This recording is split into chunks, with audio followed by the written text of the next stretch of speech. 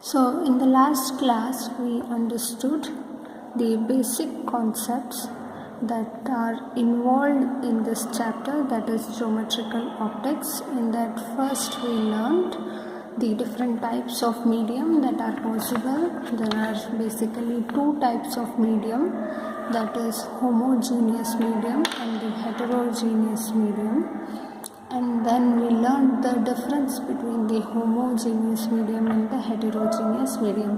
What is homogeneous medium? Homogeneous medium means if the density of the medium is same in all parts of the medium, then it is known as homogeneous medium. If the density of the medium is different at different parts of the medium, then it is said to be a heterogeneous medium.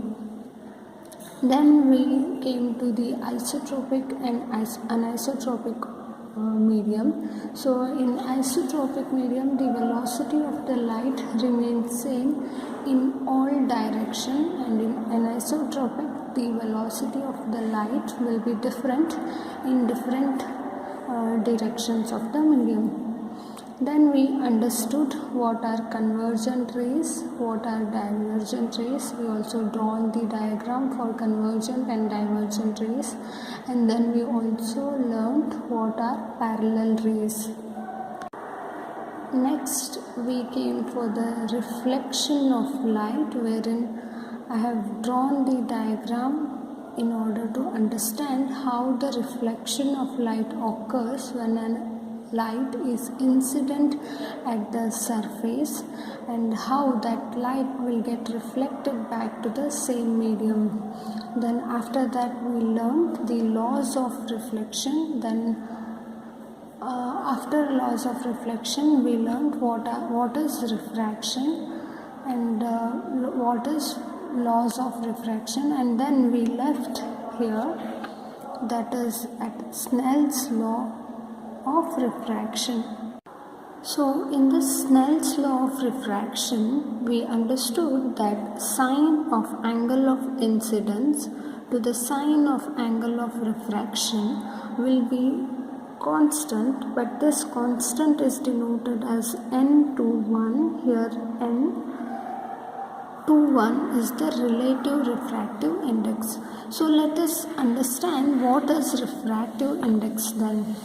So, what is refractive index of the medium? So, refractive index is denoted by n, small n. So, the refractive index will basically gives the optical density of the medium.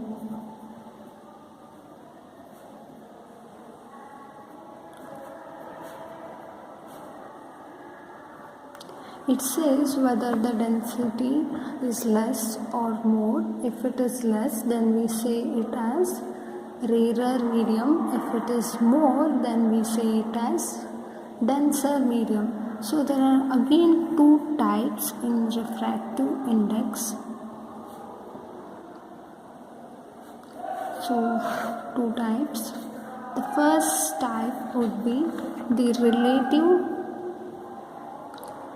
refractive index, and the second one is absolute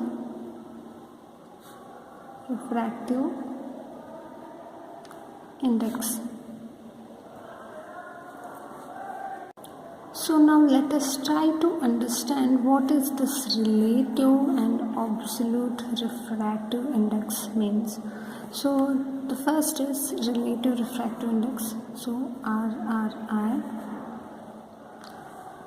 So this is nothing but the ratio of velocity of light in one medium with respect to the velocity of light in another medium. This is just the ratio of velocity of light in one medium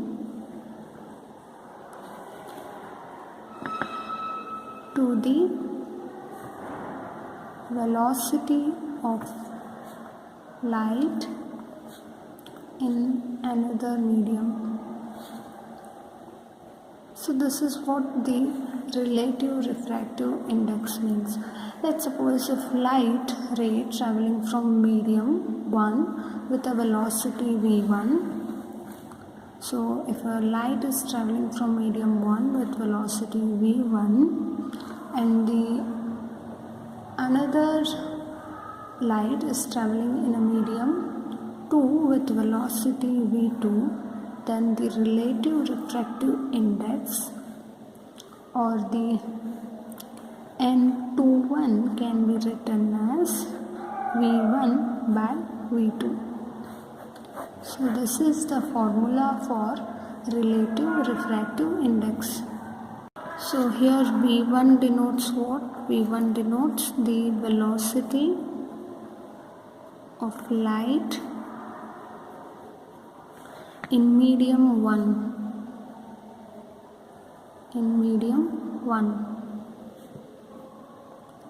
And v2 is the velocity of light in medium 2.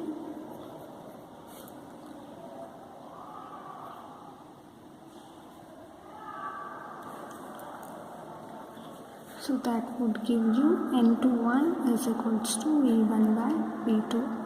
This is for relative refractive index. Now let us try to understand what is absolute refractive index. Second one is absolute refractive index.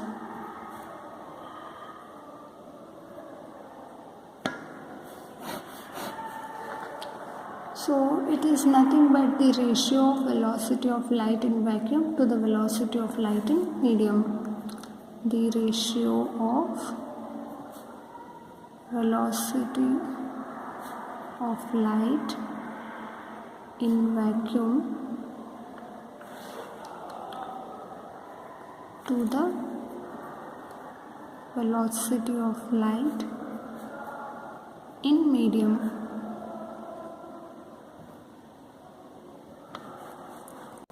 So this is denoted by N, and here will be C by V. Why C? Because C denotes the velocity of light in vacuum, and V here is velocity of light in medium. So this is the absolute refractive index. For absolute refractive index, first medium will always be what? It will always be the vacuum. So you have to remember this point. For absolute refractive index, the first medium will always be vacuum. So now from this equation, if you see, or from this equation, N is equals to C by V, so we can tell N is unitless. Why it is unitless? Because the velocity C has unit meters per second and V has also unit meters per second. If these two quantities get cancelled, then what you get is unitless. If this is unitless, then it is also the dimensionless quantity. So the refractive index is unitless and dimensionless quantity. So you need to remember this point. So now let us try to understand how this N2 by N1 is equals to V1 by V2. Before that, we have to understand the refraction of light. So the diagram for refraction of light I have already given in the first lecture. So if this is the interface AB and if this is the normal line, then if you incidence a light, say EO, on the surface AB, then this light will not travel in this path.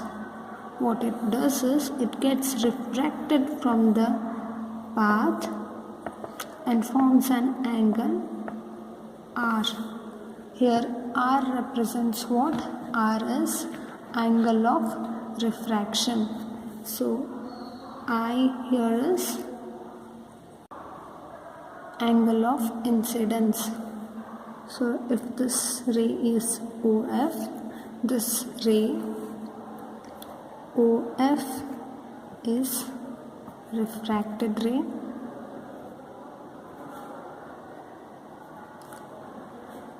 EO is what? It is incident ray, AB is interface, and NO is what? The normal drawn to the surface.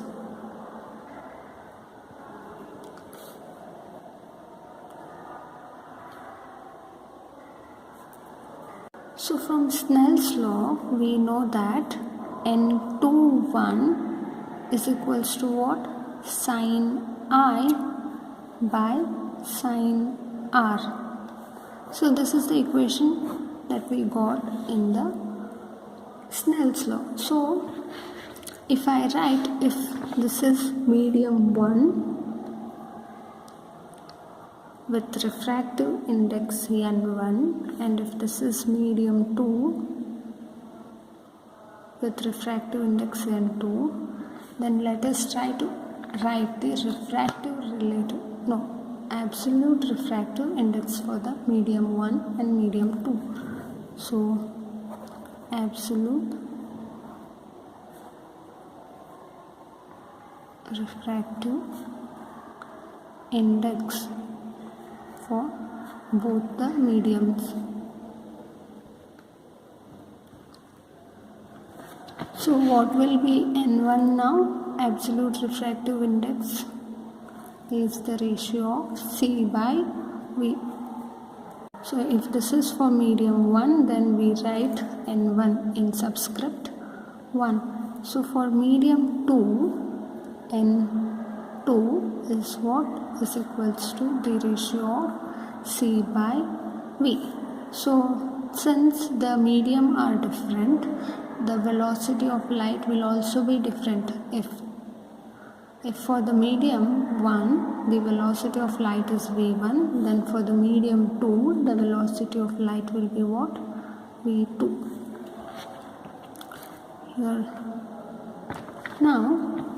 Here v1 is velocity of light in medium 1, and v2 is velocity of light in medium 2.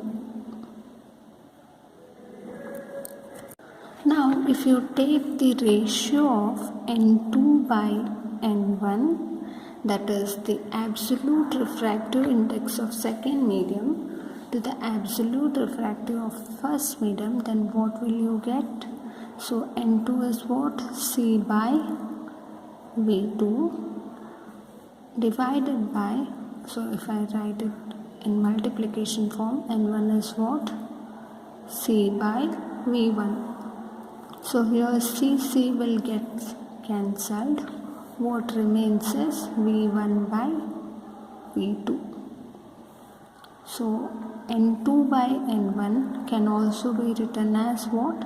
N21, which is now equals to the velocity of first medium to the velocity of second medium. This can also be equal to the wavelength of the light in first medium to the wavelength of light in second medium.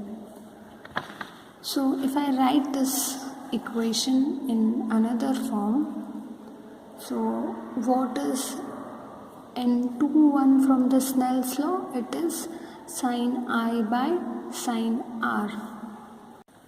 So Snell's law is what? The sin I by sine r. So which is now equals to what? N2 by N1. So if N1 goes to this side, N1 sine I will be equals to N2 sine r. So this is the general equation for the law of refraction. So now let's suppose if the medium 1 is vacuum, then N1 will be what? C by V. If the medium is vacuum, it will be C by C, then this gives you what? 1. So N1 is equals to 1 is for vacuum.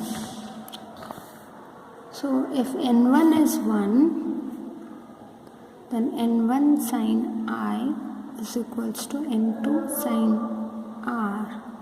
So if this is 1 multiplied by sine I is equals to N2 sine R. So this will give you what? N2. N2 will be equals to what? Sine I by sine R. So N2 here is what?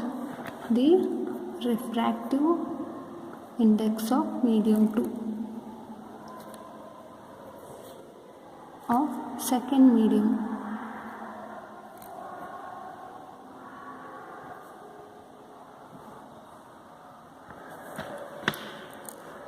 So by knowing the refractive index of one medium, we can also find the refractive index of second medium by using the Snell's law. Now let us try to understand two different cases which are possible in the refraction of light. So the first case 1 would be, what will happen if N1 is lesser than N2? How the refraction of light will occur if the refractive index of medium 1 is less than the refractive index of medium 2. So let us see. Let us draw the diagram. So AB here again represents what? It represents the interface, and N is normal drawn to the surface. So this is N1 and this is N2. So what is the condition? N1 is less than N2. That means a light ray traveling from rarer medium to denser medium. So what refractive index will basically tells you? Refractive index will basically tells you the optical density of the medium. So if N1 is less than N2, then N1 represents the rarer medium and N2 represents denser medium.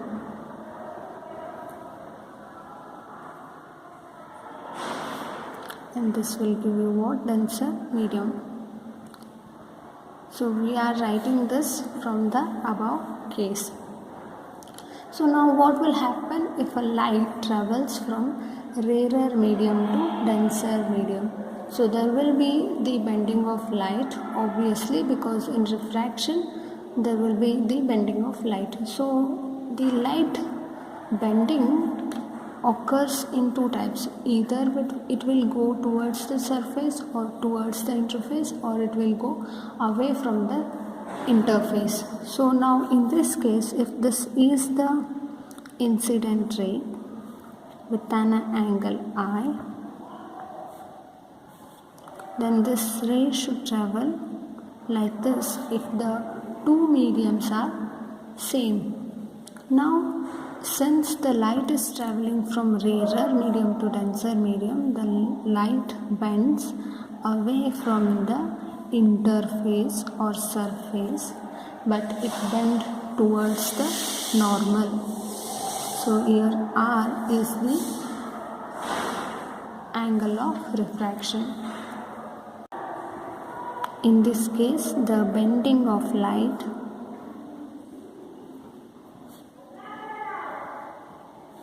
is towards the normal and away from the surface. Surface here means the AB. AB here represents the surface and N represents the normal. So this is for the first case wherein we have N1 less than N2. So now let us see the second case. Case 2. So in last case we saw N1 less than N2. So in this case N1 will be greater than N2. If N1 is greater than N2, then what N1 denotes? N1 denotes the denser medium and N2 is rarer medium. So let me draw the diagram. AB represents the interface, N is normal to the surface, and OE is incident ray with an angle I. Then this medium is what? It is N1, and this medium is what? It is N2. So here N1 is denser medium, N2 is what? It is rarer medium. So now our light ray is traveling from denser medium to rarer medium. If these two mediums are equal, then light should pass like this. Since there is a variation in the refractive index of the medium, so here it is denser medium, the light is coming from denser medium and it is encountering the rarer medium as it reaches the interface. So when it reaches the interface, the light bends towards the surface and away from the normal. So this is angle of refraction. So the bending of light